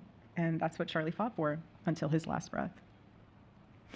And it was written across his chest in those final moments on one of his simple t-shirts that always carried a message, and this one bearing a single word, freedom. That was the banner over his life, and that shirt was a declaration. The same declaration he made in every speech, every campus visit, every time he shared the gospel at a church, every sleepless night that he would spend praying for the youth of this nation and planning for the future of our country, and just impressing upon them that when we defend liberty, we defend the soul of our nation. My husband never told anyone what to say. He never did. He never told anyone what to say. He would just encourage them to think. He would encourage them to think outside of the traditional political labels. He would want them to think in a way that was anchored in wisdom and truth. But he would never tell anyone what to say. Charlie wasn't content to simply admire freedom. He wanted to multiply it. He wanted to multiply freedom. He wanted young people to taste it and to understand it and defend it. He wanted them to see that liberty isn't self-indulgence, it's self-governance under God. He wanted them to see that. And every day I'd see him getting ready for work. He'd put on his cross necklace, he'd put his ring on his finger. And the boldness in his demeanor was always fearlessness. He wasn't afraid. He was never afraid. And his daily actions, whether in office or on campus or at a church, it was always without fear. That was his creed. That is how he lived out every single day. He didn't fear being slandered. He did not. He didn't fear losing friends, I can tell you that. He didn't. He didn't care. He stood for truth and stood for freedom, and he did not, everything else was just noise to him. And it's because his confidence in Christ was absolute. That's why. There was no limit to what he would have sacrificed to defend freedom for all. And if the moment had come, he probably would have run for president, but not out of ambition. He would only have done it if that was something that he believed that his country needed from a servant's heart standpoint. And Charlie lived only 31 short years. No, he's 32, but on this side of heaven. But he lived. He lived every single second he lived. He filled every single day with purpose, and he fought for truth when it was unpopular. For those saying that, Erika, for a grieving wife, this is like not normal. Here's the thing, for a believer, this is not a sort of one-off case. Okay, this is the case of many in the church, of women who have lost their husbands, either due to old age or whatever the case is. They often are women who are getting involved in the ministry right away. Because if there's one thing that is true when it comes to people who understand the Christian faith or people who walk in the Christian faith, that when the believer dies, they are immediately present with the Lord. Yes, we mourn. Yes, we're sad. Yes, we think about them. I mean, yes, she's probably breaking down at every moment of her day. Who knows? I mean, nobody's seeing her personal life at home when she has to go home to nobody. No husband, rather, and her kids. I mean, who knows? But this is an interesting scripture here. This is Isaiah 57 saying that the righteous man perishes and no one lays it to heart, meaning nobody lays it to heart because why?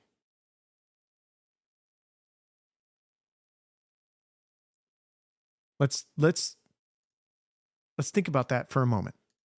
No one lays it to heart because they are righteous, because they are a believer, because they believed in God. And what happened? They are now in the presence with God. They're not going to be in suffering, any more suffering from their body, from their temporary body.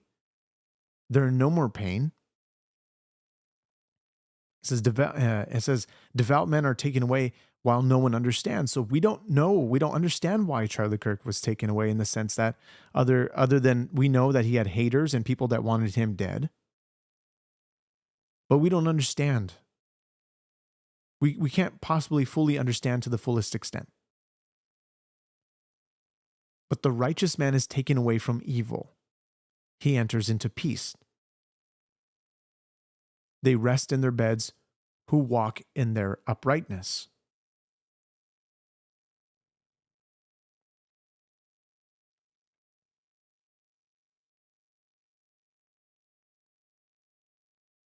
So yes, She's grieving, but most certainly does she know where he is and that she's going to go to him, because Charlie can't come back to her, but she can go to him.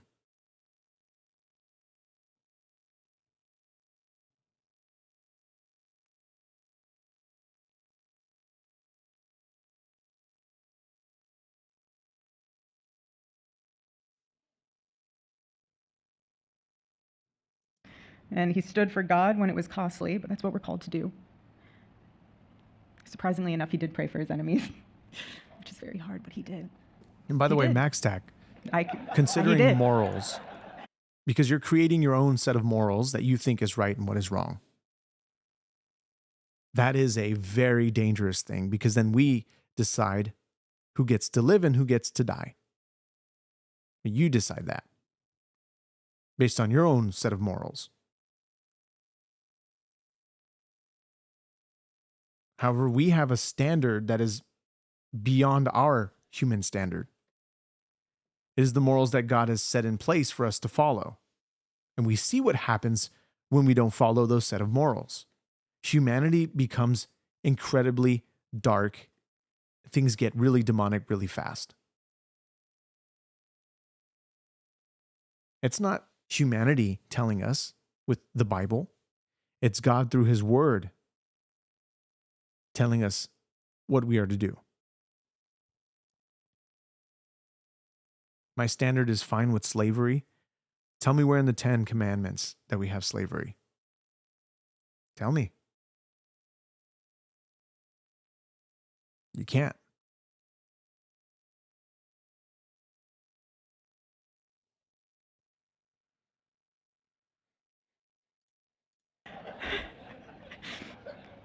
No one else, I mean, I saw him do it. No, he never did it in front of anyone else, but I can attest to that. But he also loved people when it was inconvenient. And he ran his race with endurance, and he kept the faith. And now he wears the crown of a righteous martyr. And for me and for our children, the truth really studies our grief, because heaven gained what earth could no longer contain: a free man made fully free. And to all watching, this is not a ceremony. This is a commissioning. And my message is simple. I want you to be the embodiment of this medal. I do. I want you to free yourself from fear. I want you to stand courageously in the truth. Listen for the still, small voice of God. And remember that while freedom is inherited in this country, each of us must be intentional stewards every single day. God began a mighty work through my husband, and I intend to see it through. And the torch is in our hands now. It's in mine, it's in yours, it's in all of yours, it's in all the students with Turning Point USA. And before I close, I'll share with you that I asked our daughter what she would like to say to Daddy for his birthday.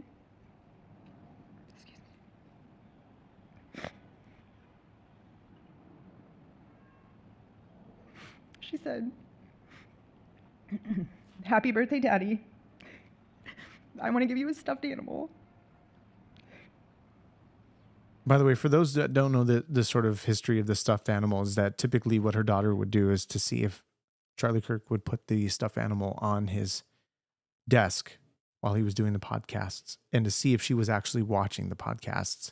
And so if there wasn't one there, she would ask, where was the stuffed animal?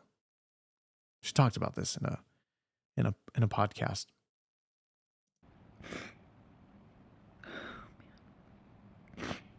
I want you to eat a cupcake with ice cream, and I want you to go have a birthday surprise.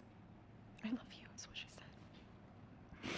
And while our son, he's precious, he can't yet speak, in classic Kirk family fashion, his actions spoke louder than his words, and his gift to you, Charlie, and myself for that matter, was deciding to become the man of the house and be fully potty trained at 16 months. But Charlie, baby, I know that you're celebrating in heaven today, but gosh, I miss you. We miss you. And we love you, and we promise we'll make you proud. And Charlie's life was proof that freedom is not a theory, it's a testimony. He showed us that liberty begins not in the halls of power, but in the man of a heart surrendered to God.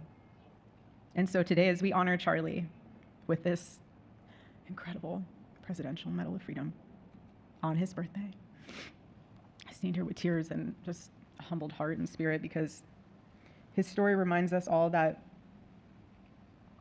to live free is the greatest gift, but to die free is the greatest victory.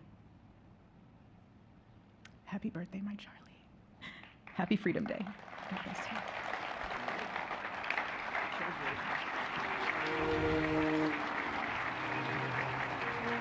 All right, so that was the ceremony that we just saw, that we went through, and we're going to go over and finish this sort of night with some things that Gavin Newsom has been doing in California. Has really been destroying his, I don't know, image, maybe would say.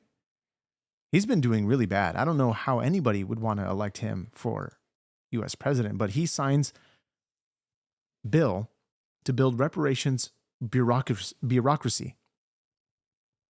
For those, I'm curious, for those who will say that, let me end this poll, by the way. It says, do you think Charlie deserved the medal? 62% of you out of 107 votes say, 62% say yes, and 38% say no. Great. I'm glad we can agree here. At least I believe that he deserved this medal, obviously. There are talks that there would be a special coin with his engraving on it, that they unanimously proposed this to happen. Who knows? And that there would only be a limited few created. I think about 1 million or something like that. But let's end this poll. 111 votes. Thanks for voting. And we'll continue on here with these stories. And we'll read this article here. It says, Gavin Newsom has approved legislation establishing a new state agency tasked with administering programs for descendants of slaves, marking the latest step in his years-long effort to advance reparation policies despite ongoing political and fiscal challenges.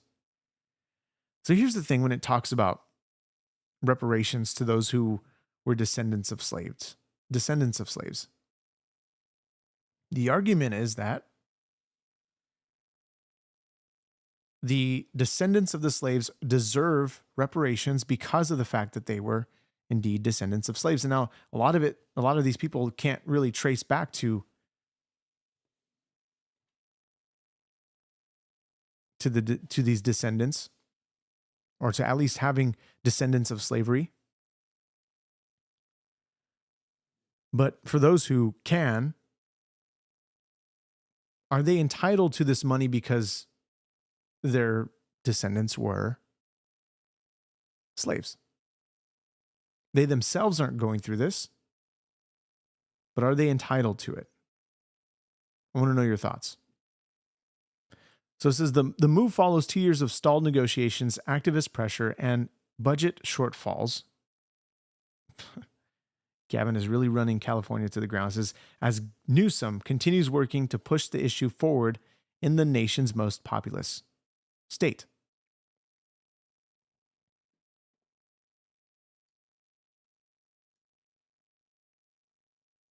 The new law, Senate Bill 518, creates the Bureau of Descendants of American Slavery within the California Civil Rights Department. The Bureau will be led by a governor-appointed deputy director and organized into 3 main divisions: genealogy, education and outreach, and legal affairs. The agency will be responsible for verifying individual lineage, managing public education efforts, and historical discrimination, and ensuring legal compliance as reparations-related initiatives expand.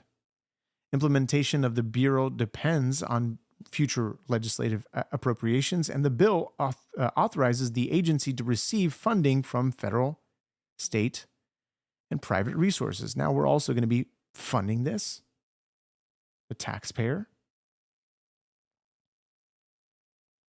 Say no one alive has been a slave. No, do we punish the grandson for the sins of the grandfather? Yeah, exactly.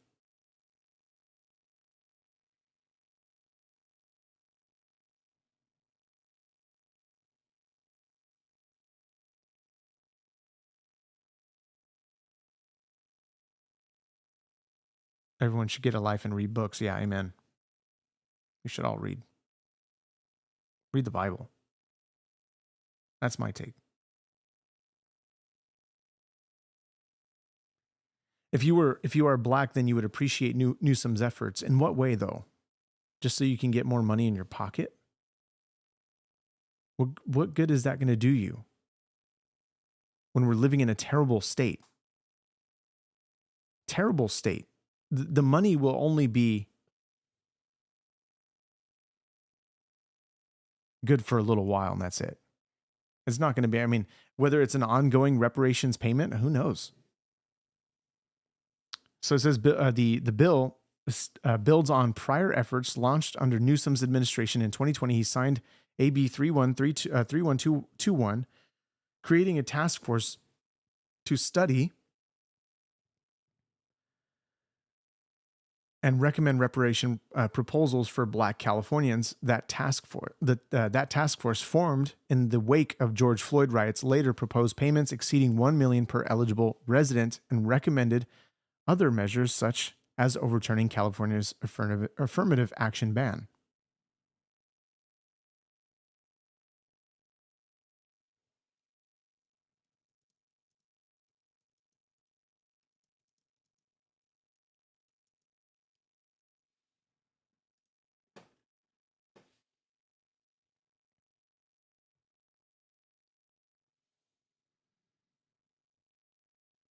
So while the governor initially distanced himself from the idea of direct cash reparations, saying the issue was about much more than cash payments, okay, well, so what has happened since? He has since approved a series of related bills, including formal state apology for slavery in 2024. Huh? Oh, I'm saying, oh, maybe it's just in 2024. This is what he was including in the related bills.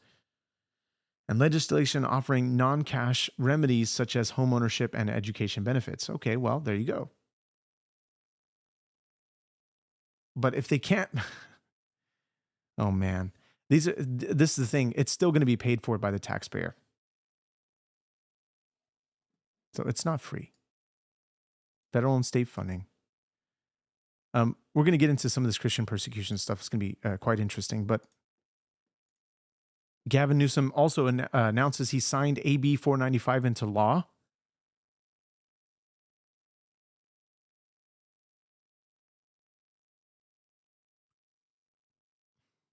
This is a wild one, guys. So October the 12th, he signed AB 495 into law. This law will not allow an individual to assume caregiver status by filling out a caregiver affidavit. Now, I've checked this out online, and the language there that basically allows or tells you that the the administration doesn't have to check what you're putting down on paper. They don't have to verify this information. They can sign off, give you the child, and that's it. But you can put on the markings that you were able to, or you tried or attempted to reach out to the parents, and most certainly they weren't able to answer, and you can then take the child out. So this gives them the ability to make medical, mental health, and education decisions with no parental consent or signature required. That's AB 495, folks. This is bad. This is bad. But he also signs Glock ban legislation into law, designing most popular pistol a machine gun.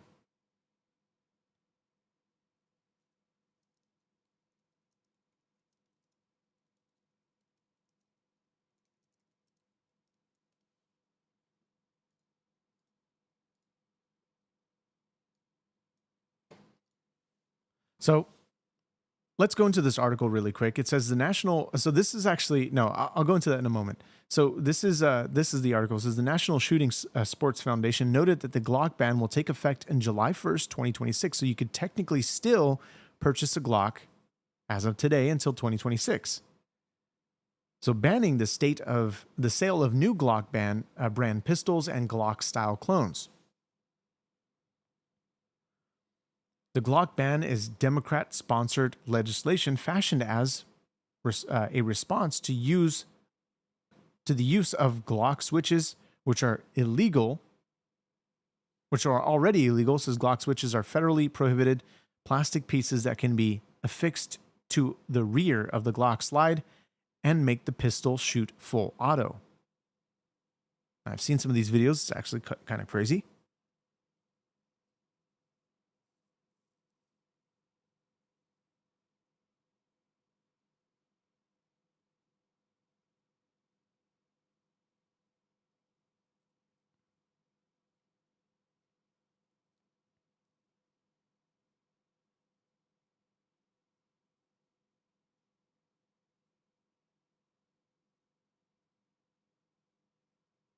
Say wrong. It states that just the affidavit is insufficient on its own to be a valid claim of guardianship. No. No, I think you're wrong, man. If you think I'm wrong, let me know in the chat. If you read the affidavit itself, you got to go through the whole thing.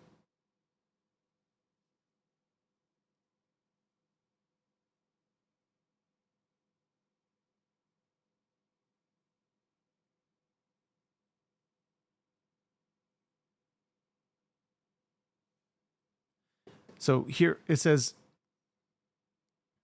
Glock switches are wildly popular with gangs and street criminals. Therefore, California Democrats are banning new sales of one of the most popular handguns ever made, the Glock pistol.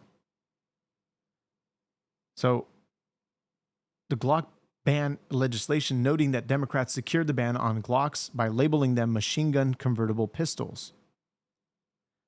Here's the bill text. A machine gun convertible pistol, as any semi-automatic pistol with a cruciform trigger bar that can be readily... Is that how it's pronounced?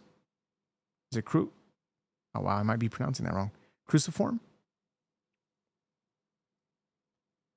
Text is really small here. Sorry, guys. It says converted by hand or with common household tools into a machine gun by the installation or attachment of a pistol converter as specified, and pistol converter as any device or instrument that when installed in or attached to the rear of the slide of a semi-automatic pistol replaces the back plate and interferes with the trigger mechanism and thereby enabling the pistol to shoot automatically more than one shot by a single function of the trigger.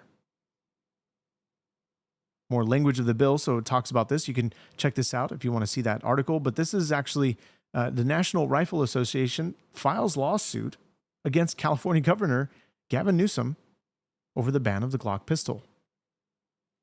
I was looking to read. Let's see. It says, last week, California Governor Gavin Newsom signed Assembly Bill 1127. The NRA has filed a lawsuit against Governor Newsom in federal court challenging California's ban on Glock pistols, calling the ban extreme and unconstitutional.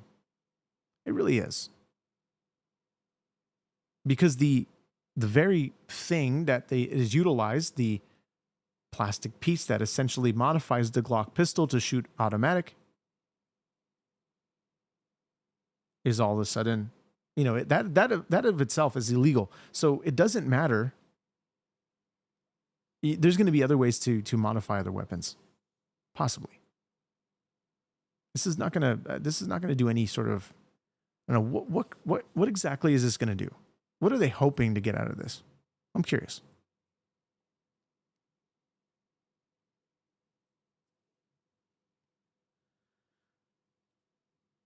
This is Jack Hibbs on AB 495. By the way, A Family Council says the following here. The Family Preparedness Plan Act of 2025, Pastor, would allow unrelated adults, broadly defined as an adult caregiver with a mentoring relationship with the child, to assume custody-like control over a child through a one-page caregiver's authorization affidavit. No court appearance, no notarization, no parental consent, notification, background check, nothing. You need nothing of it. And your thing is it makes kidnapping easy. Listen, born and raised in California, fought for this state. I'll fight for this state. I have always encouraged our people to stay in here and fight. this good fight. But now, Trace, it has reached a level where they're coming after our kids. And we've consulted attorneys. As you can imagine, we're getting ready. We're circling our wagons. We've studied the bill. Bottom line is this. Normally, the attorneys tell you the devil is in the details. In this case, the attorneys have told us the devil is in how loosely open this is written. It has been written in such a way, Trace, that it can be interpreted any way. Yeah. It is dangerous and sadly true. You cannot let your kids now go to school and assume they're going to be safe or not taken away before you come to pick them up. People say, listen, it's interesting to have a pastor who's been very successful in California to say, listen, if this bill passes, maybe you better pick up and go. Yeah, exactly right. The last thing a pastor wants to say, right, we want our churches to grow. But if I'm really going to love God and love people, the bottom line is you've got to protect your kids from. Now, this administration, California, Gavin Newsom's really henchman, the author of the bill, Assemblymember Celeste Rodriguez, when she gives her argument, you can watch it on YouTube. It is absolutely based on what if, it could be. Right. It's dangerous. And by the way, we have laws in effect already. This is actually a kidnapper's, trafficker, pedophile's dream come true bit of legislation. And the sad part about this law is totally designed for some illegal immigrant somewhere who may get taken away, and that's they designed a bill that puts every other kid in the state at risk, just so, and the possibility that some illegal immigrant gets separated from their child, that there's a remedy. Well, we already have the California Education Code number 234.7 that already mitigates all that. We don't need this bill. So what's up? Why are they crafting this? Why are they absolutely going after the parents' rights to govern their own child? Right. Can you imagine, Trace, dropping off your grandchild at a school here in Los Angeles, and you come back to picking them up at the end of the day? They're not there anymore. You ask who took the child. The school doesn't have to tell you who took the child. Yeah. You don't know where the child is. That child could be in the Mojave Desert or Tijuana by the time you pick them up. This is an absolute dangerous bill. Yeah, people have to realize that, and you're going to make sure they do. Pastor, good luck on the book. Thank you for coming on as always. We appreciate it. Yeah, so this is a very dangerous bill. We've got to monitor this very closely. Somebody's saying that if we just overturn it in court, bad bills flop. Well, look, if that's the case, then let's do it. You know. So there's a couple of other things that I wanted to go over. Maybe this last one we'll put this last one up here. It says people who have been calling for a ceasefire for 2 years denounce ceasefire. Babylon Bee is great. No satire like it. Maybe there is satire like it, but I love the Babylon Bee. It's great. So, after all the things that we've covered today, of course, we wanted to focus on the fact that it was Charlie Kirk's birthday. And obviously, he's receiving this posthumous Medal of Freedom. And it's unfortunate. It's unfortunate because we have a man who really loved this country, really loved to debate, and really loved to talk. So, see, live by the Bible standards and see how long before you end up in jail. By what standards are you talking about exactly? The Bible is, a lot of it's descriptive, not necessarily prescriptive. Prescriptive in the sense that we have the 10 commands. I mean, literally, I guess you could say it's all descriptive. You don't have to follow any of it. But there is prescriptions that you could follow that will lead you to a better life, better lifestyle, longevity of your life, peace in your nation, peace with your neighbors. So if you live by the Bible standards, you'll most certainly, and you could also most certainly live. You know what, I do want to, concerning that, I do want to bring this up because I think this is important. This is important. We talk about Christian persecution. Influential pastor and 30 leaders from China's largest underground church are arrested or missing. It says Pastor Jin, the founder of one of China's most prominent underground church networks, was arrested Friday night in a sweeping government crackdown. More than 30 leaders from Zion Church. Interesting, Zion Church, meaning this is in China, meaning that they would recognize also that Israel has its own sovereignty to fight for their own land. They were detained across at least 6 provinces in coordinated raids targeting unregistered house churches. Zion Church has been a central force in China's growing underground faith movement, drawing thousands of worshipers each week through apartment gatherings and online devices. Despite threats, surveillance, and shutdowns, Jin remained in China to pastor his community long after his family fled for safety. This man was a man truly living by the gospel. Now, of course, his family leaving for safety, he had a calling, and he most certainly wanted to protect his family. Now, whether this is his direct family doesn't say. Whether this is his wife or kids, who knows?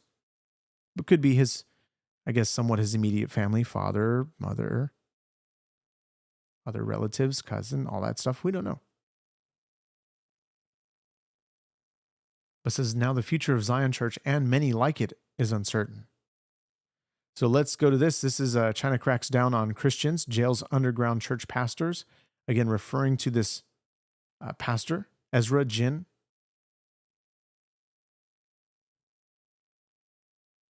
This is actually great for those of us who are pro-life. The largest Planned Parenthood in the nation officially closes its doors. Amen. It says today, the Planned Parenthood, the largest one, officially closes doors. We honor and celebrate Laurel Red and countless others who had interceded for over 15 years for this giant Houston to come down. Today, we saw the fruits of their fruitful intercessions. Talking about the prayer concerning this. So, Christian persecution is becoming more and more sort of in the media. More and more in the media. And we most certainly will understand that if we're walking with Christ, yes, the world hates us, but know that it hated Christ first. But Jesus has overcome the world. So, however, in a free country like America, we could live a nice, wonderful life being Christians. However, there will come a point in time where it's not going to be so nice and fine and dandy, because the persecution is only going to get even far worse than what we're seeing today. And it's unfortunate. Lawlessness will abound, but this doesn't stop us from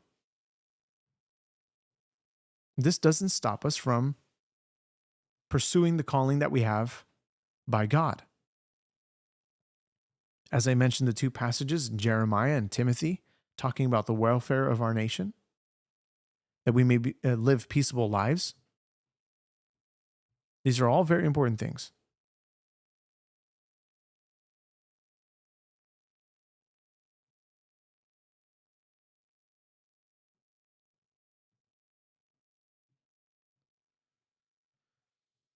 Our founding fathers intended Christian values to pursue.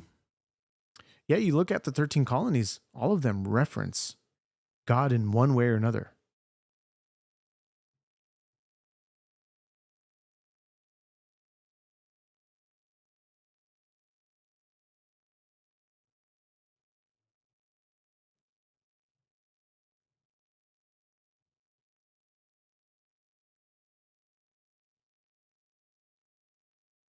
And by the way, it's not about having a Christian man to be president. It's about praying for our leaders who are called to that sort of, I guess a Christian president. I think the last, somewhat Christian president we would have would be maybe Trump, but I don't even know fully if he would actually consider himself Christian. Maybe he does. But does he live like it exactly? Who knows? In his personal life, does he pray? All this stuff, I don't know. I don't know him personally, but I guess would be, who was it? JFK, Catholic? So we're to pray for our leaders because God is the one who puts leaders into power. He raises up leaders, he takes down leaders. So whether it's for our state, our county, our schools, we pray for those in power. And guys, this has been a good conversation. We're going to be covering a lot more in the next couple of days, couple of weeks. So I pray that you guys stick here with me on this wonderful journey, and any subscriptions that you guys want to subscribe here on the Equally Yoked podcast, hit that subscribe button. It's going to do wonderful. It's going to take us far and wide to really get the message out there, the message of the gospel, the message of how we can live a better life in this free country, to prevent us from going down the road of tyranny, or tyranny, however you want to pronounce it,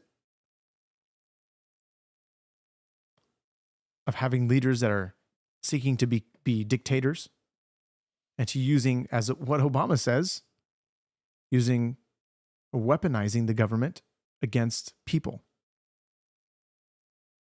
We all have differing opinions on this, but people think Trump's doing it, and others say, and a lot of what I say is that Biden has done this the last 4 years, attacking even Turning Point USA, but also embedding in FBI agents into Catholic churches, investigating specific conservative groups,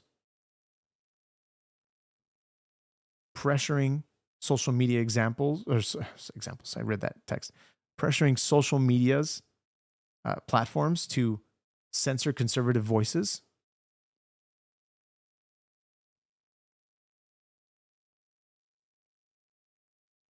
We've talked about this at length. I'm not avoiding it at all. At least maybe not enough to your contentment. So guys, I appreciate you guys for being here. If you guys like what you heard and saw, please consider subscribing. Please give it a like. Most certainly share it out to your friends and get the conversation going. Let's have open dialogue as much as we can. And any super chats that you guys do in this chat, most certainly welcomed. And I appreciate that for those who want to do that kind of support. It's always amazing. And a lot more to come with this show. We're just getting started, guys. So I appreciate you guys. It is quite late in the hour. It is 12:47 my time. I hope you guys have a good night's rest or an early morning. I'll see you guys in the next show. Peace.